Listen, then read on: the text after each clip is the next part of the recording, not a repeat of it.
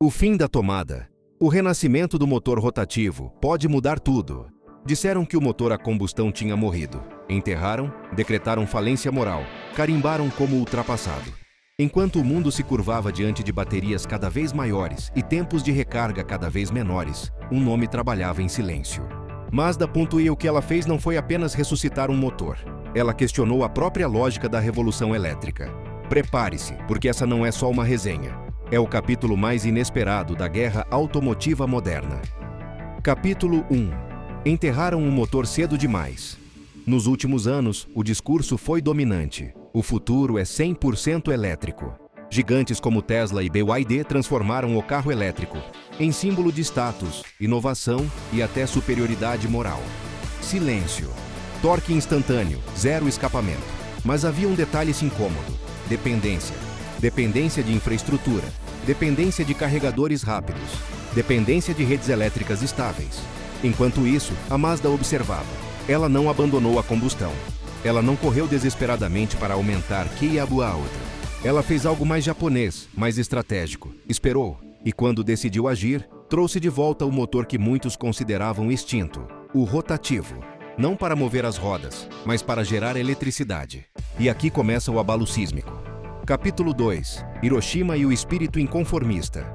Antes de entender o presente, precisamos voltar no tempo.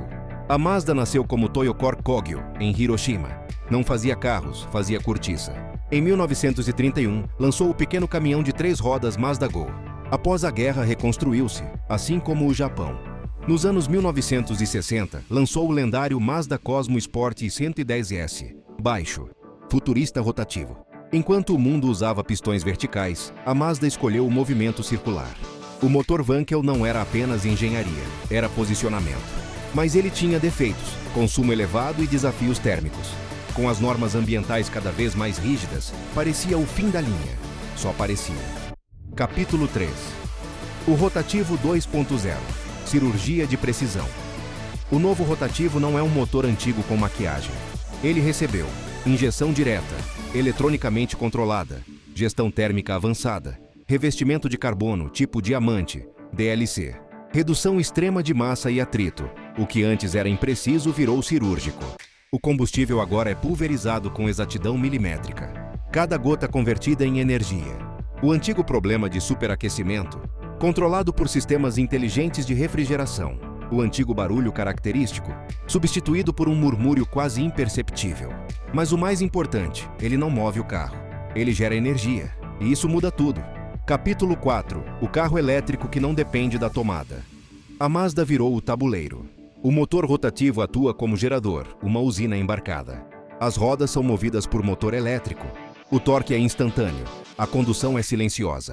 Mas a bateria é recarregada pelo próprio carro. Isso se chama extensor de alcance. E aqui está o ponto que incomoda gigantes como Tesla e BYD. Se o carro gera sua própria eletricidade, qual é a real necessidade de esperar 40 minutos numa estação? Você abastece em minutos e segue viagem, sem ansiedade, sem planejamento obsessivo, sem dependência de infraestrutura instável. É o elétrico com liberdade de combustão.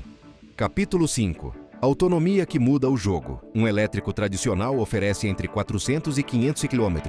Com o sistema híbrido rotativo, a projeção pode chegar entre 800 e 1000 km combinados.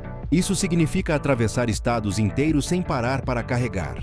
E mais, conjunto mais leve, distribuição de peso equilibrada, melhor dirigibilidade, menor necessidade de baterias gigantes. Enquanto outras montadoras correm atrás de mais lítio, a Mazda reduziu dependência dele. E isso não passa despercebido. Capítulo 6. O incômodo silencioso nos bastidores.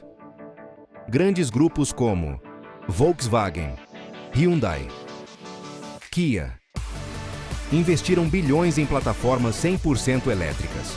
Mas em mercados como Estados Unidos e Índia, a infraestrutura ainda é irregular.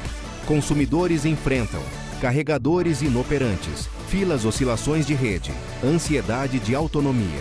O modelo da Mazda não depende disso. Analistas já projetam que a marca, hoje com cerca de 2% de participação global, pode crescer significativamente caso a estratégia se consolide. Não é revolução barulhenta, é infiltração estratégica. Capítulo 7. Ambientalmente responsável ou retrocesso? Essa é a pergunta inevitável. Não. Não é um retorno ao passado. O rotativo moderno opera em regime ideal, gerando energia de forma eficiente. Além disso, o sistema é compatível com gasolina, hidrogênio, combustíveis sintéticos. Reguladores europeus classificam esse tipo de solução como tecnologia de transição verde. Ela reduz emissões significativamente sem exigir uma infraestrutura perfeita. É uma ponte, não um retrocesso. Capítulo 8. A pergunta que ninguém queria fazer. Durante anos o roteiro foi claro. Baterias maiores, carregadores mais rápidos, mais estações. A Mazda fez uma pergunta desconfortável. Se o carro pode gerar sua própria energia, por que depender totalmente da tomada? Essa pergunta atravessou conselhos administrativos.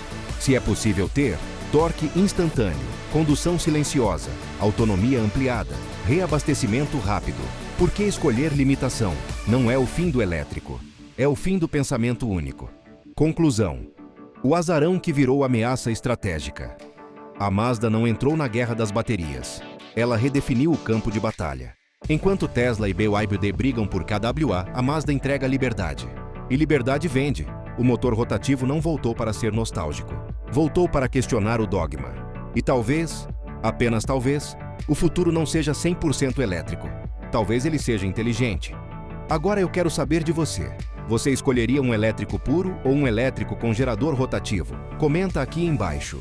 Se esse conteúdo abriu sua mente, já deixa o like porque isso ajuda demais o canal Artifícios Automotivos a continuar trazendo análises profundas e fora da curva. E no próximo vídeo, a guerra fica ainda mais interessante.